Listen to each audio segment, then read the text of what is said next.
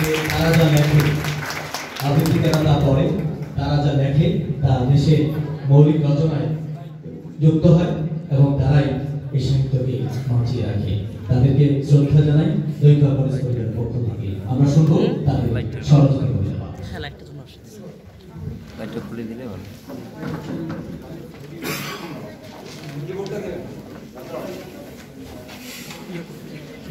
আমি ঈর্ষাদ জানি আমার একটি মৌলিক মেঘের সাগর ছড়া গ্রন্থ। আমি পড়ছি আমার নিজের লেখা মায়ের ভাষা।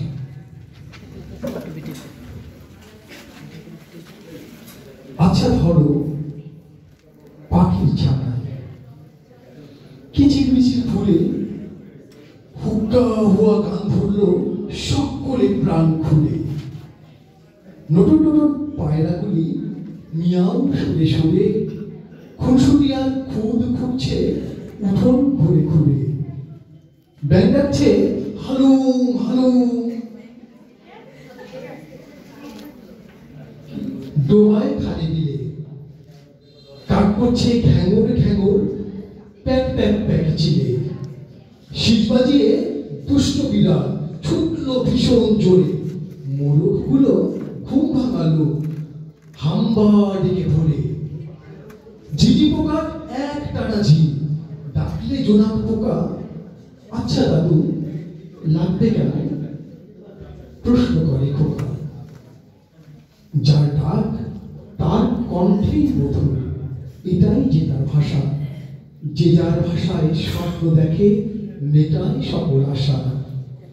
ভাষা মানেই মায়ের ভাষা, যে যার ভাষায় বাঁচে। নিজের ভাষার চেয়ে মধুর আর কিছু আছে? ধন্যবাদ সবাইকে। আমি এখন বলে আজকের একটি ইংলিশে টসর বৃষ্টিতে সেই জায়গায় পাঠ করছি। বাঁচতে ভালো বাংলা ভাষা। মাতৃভাষা বাংলা আমার নেই তো হারবার। ভুল বানানে যেমন খুশি লিখছি যেমন যা। অফিস কলেজ ভার্সিটিতে ভুল বানানে লেখা। অবাক হয়ে ভাবছি বসে এই কি ভাষা শেখা। মাতৃভাষা বাংলা আমার কি অসহায় আজ। ভাষার জন্য রক্ত দেওয়া এই কি জাতির কাজ। ভাষার দরদ তাই কোথাও অন্য ভাষার টান। বাংলা ভাষা মায়ের ভাষা এই কি তবে মান। রক্ত গেল ভাষার তরে মোর নমনের ভাই। বাঁচতে ভালো বাংলা ভাষা শুদ্ধতা চাই। আসসালামু আলাইকুম। আমি সমশফিক পাঠ করছি। আমার দুটি মৌলিক কাব্য গ্রন্থ আছে, দুটি ছড়া গ্রন্থ। একটার নাম মজার জন্য ছড়া, আর একটা হলো কড়া বুঝলে ছড়া গ্রন্থ। যাই হোক, এখন আমি পাঠ করছি আমার স্বরচিত মায়ের ভাষা ছড়াটি। বাংলা আমার মাতৃভূমি, বাংলা মায়ের ভাষা। এই ভাষাতে বলতো কথা কামার কুমার চাষা। জিন্নাদিতে চাইল রুখে বাংলা কেন থাকবে বুকে। রাষ্ট্রভাষা উল্টো করা চালায় রং তামাশা।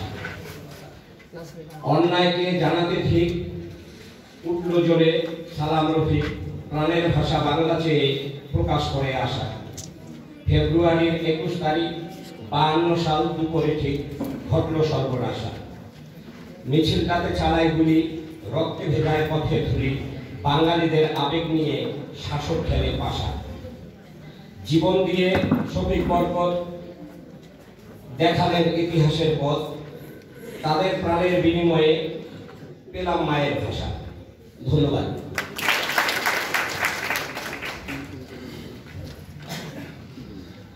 আসসালামু আলাইকুম, মধ্যাহ্নের শুভেচ্ছা। আমি ইয়ামিন বসুনিয়া। আমার কাব্যগ্রন্থের সংখ্যা 3টি, যার একটা এখনো মোর উন্মোচনের অপেক্ষায় রয়েছে। আজকে সেটা করব।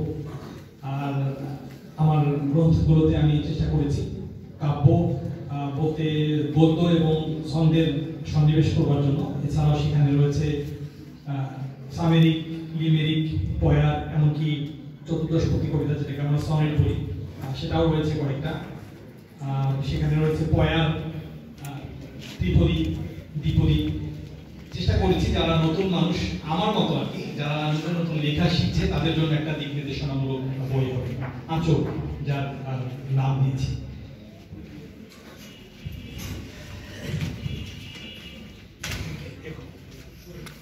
আজকের দিনের উদ্দেশ্যে সকল ভাষা আন্দোলনের সকল বীর সৈনিকদের নিবেদন করে আমার আজকের এই লেখাটা আমি পাঠ করবার চেষ্টা করছি।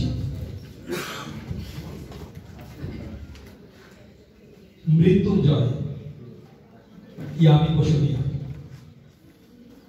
সেদিন আকাশে সূর্য ছিল, বন কনে আগুনের একটা তেজোদ্দীপ্ত সূর্য, আর ভার্সিটি ক্যাম্পাসে ছিল একদল বিদ্রোহী তাকড়া জওয়ান। মাতৃভাষার দাবিতে ক্ষুব্ধ ছিল তারা। তাদের ছিল মুষ্টিবদ্ধ হাত, আর মুখে ছিল গগন বিদায় চিৎকার, রাষ্ট্রভাষা বাংলা চাই, দিতে হবে, দিতে হবে। তখন ঋতুতে বসন্ত ছিল, কৃষ্ণচূড়ার ডালে ডালে ছিল মনমাতার যৌবন, প্রকৃতিতে ছিল বাহারি রঙের মোহনীয় সাজ।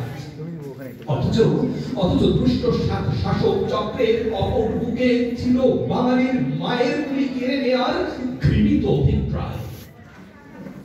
তখন ছিল রূপসী ফাগুনের আগুন ছড়া দিন, ষোড়শী পলাশ আর শিমুলের ডালে ছিল কোকিলের কবুতর। সেই মুক্ত ছেলেগুলো অনেক সাহসী ছিল। তারা ছিল একটা বিক্ষোভ মিছিলে, রাষ্ট্রভাষা বাংলা চাই স্লোগানে স্লোগানে উত্তাল ছিল সেদিনের ক্যাম্পাস। অকস্মাৎ এক পশলা বুলেট বৃষ্টিতে প্রকম্পিত হলো ধরাতল, স্তব্ধ হলো সব কোলাহল। বাতাসের পুষ্পিত সুরভিতে মিশে গেল বারুদের ঝাঁঝালো রক্ত। মুহূর্তেই ঝরে গেল সালাম, রফিক, বরকত নামের কত ফুটন্ত পলাশ। বীজ ঢালা রাজপথ রঞ্জিত হলো তাদের বুকের খরিত রক্ত নির্যাসে। মৃত্যুঞ্জয়ের রক্ত বন্যায় আদায় হলো আমাদের ভাষার অধিকার। সেদিনও আকাশে সূর্য ছিল, গণে আগুনের একটা তেজোদ্দীপ্ত সূর্য। অসংখ্য ধন্যবাদ।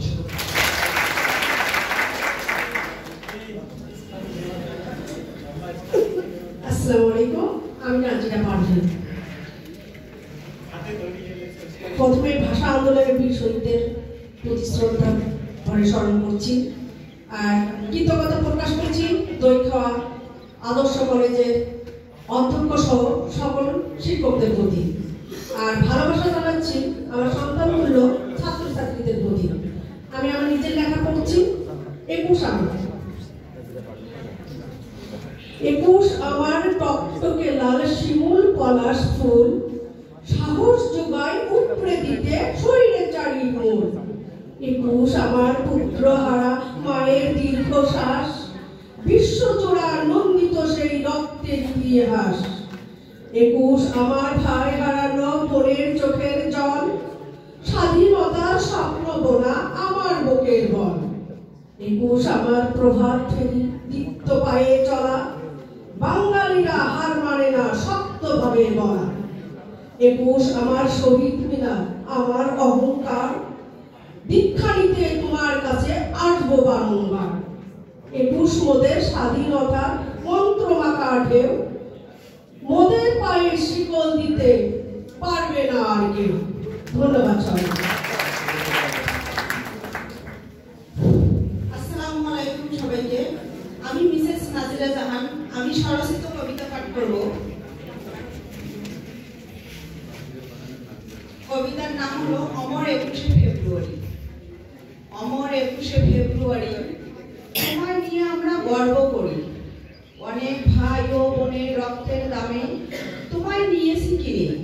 তোমাকে যারা এনেছে ছিনিয়ে, তাদেরকে আমরা সর্বক্ষণ রাখি মনে। তাই তো সবাই বাংলায় কথা বলি, বাংলার পথে চলি, বাংলা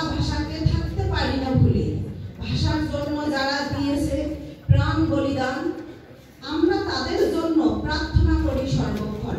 ধন্যবাদ সবাইকে। আমি লাস্টে কিছু কথা বলতে চাই। এখানকার যে অধ্যক্ষ সাহেব আছে, ওনার সাথে আমার কখনো পরিচয় হয়নি এবং এই করে আমি আসতে পারিনি। ওনার সুবাদে এখানে আমি আসতে পারে নিজেকে অনেক ধন্য এবং গর্বিত মনে করতেছি। আমি গাইবান্ধা থেকে এখানে এসেছি সাহিত্যের কারণে। ওনারও মধ্যে যা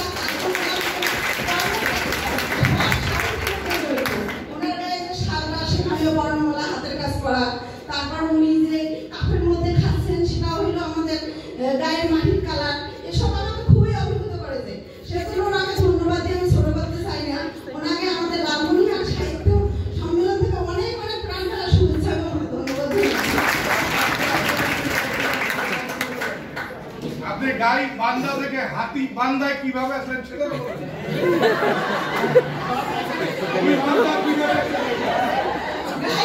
গাইবান্ধা থেকে ছুটতে ছুটতে হাতিবান্ধা দৌড় দিয়ে আসছি, কিন্তু মাঝখানে আমি এই এলাকার বউ এবং এই এলাকারই সন্তান। আমার শ্বশুর বাড়ি এবং বাবার বাড়ি হলো কালীগঞ্জ তুলভান্ডা শ্রুতি ধরে। সেটি ক্ষতি হবে না, দুই বাংলাতেই থাকি।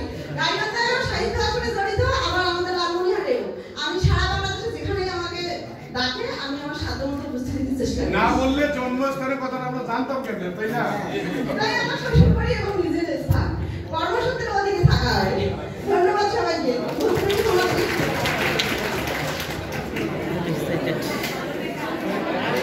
এই পর্যায়ে আমাদের সংগঠনের সভাপতি জনাব দিলওয়ার হোসেন রফি, লালমনিরহাট সাহিত্য সংস্কৃতি সংসদের সভাপতি, তিনি চমৎকার ছড়া লেখেন। ও জড়িতা, তার বিখ্যাত ছড়া আমরা শুনতে চাই তার কণ্ঠে। দিলওয়ার হোসেন রফি।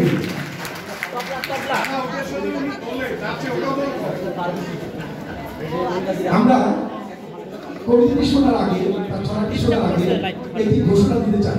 সেটি হচ্ছে উপস্থিত শিক্ষার্থীদের মধ্য থেকে আমরা একটি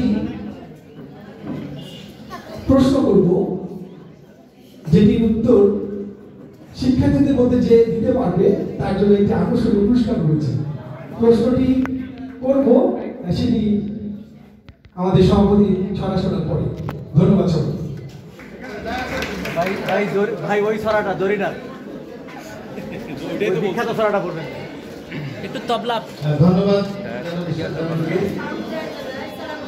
আমি ছড়া লিখি, মূলত ছড়াই লিখি আর কি। আমি এখন যেটা উচ্চারণ করবো সেটা আমার রংপুরের আঞ্চলিক ভাষায়, বিশেষ করে লালমনিরহাটের আঞ্চলিক ভাষায় লেখা ছড়া। ছড়ার শিরোনাম এবারও ভোট দিব। ও জড়ি না, ভোট দিব না, কোন পরিষ্কার। গেল পরে ভোট দিয়েছিল হসুম চেয়ারম্যান। কিন্তু ভোট খাওয়া হসুম, এবারও ভোট দেব। বাড়ির যাবার খানা গোনা পাক্কা বুঝিয়ে দেব। কানে নামো বিজলি বাতি ঝুলবে সকার বাড়ি। টিভি দেখবো, হাউস মিটাবো, চলবো অটো গাড়ি। আরে পুলিশ করো মিসাইল পুলিশ আনি, এই বাড়ির ধোয়া চাউলের বস্তা পড়ছে টানাটানি। বুঝিস না তুই মিসাইল ওটায়, মুই কি নেশা কর। খাতির করলো তাতে কিছু বিধবা ভাতা কর। শাড়ি বিলাসটাও আর মুখের মিঠা হাসি দিয়া খাটে রেছিস তাও। তুইও কখন নজর খারাপ, কথা মিশা নয়। তোক দেখলে নেশা থাকে, ডোবম বিড়ি ধোঁয়ায়। খাবলা সুন্দরী না, এবার ভোট দেব।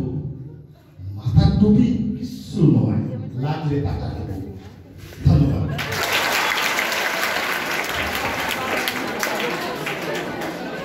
কিন্তু ছাত্রছাত্রীদের জানা দরকার ওনার আরেকটি পরিচয়। উনি কিন্তু এ ধরনের ছড়া তো খুব চমৎকার ভাবে বললো না। উনি এবার ভোটও করছে, কিন্তু জরিনারা থেকে সকিনারা তাকায় নাই। আমার মনে শেষের লাইনটা ওরা বিশ্বাস করছে যে তোর একটা স্বভাব খারাপ। এমনি দুষ্টমি করলাম, মজা করার জন্যই বললাম। উনি এবার সংসদ নির্বাচন করেছিল, একদম নবীন একজন প্রার্থী হিসাবে শুরু করেছে। আমরা জানি লক্ষ্যে পৌঁছবে, তার জন্য আরেকবার হাত তালি দিই।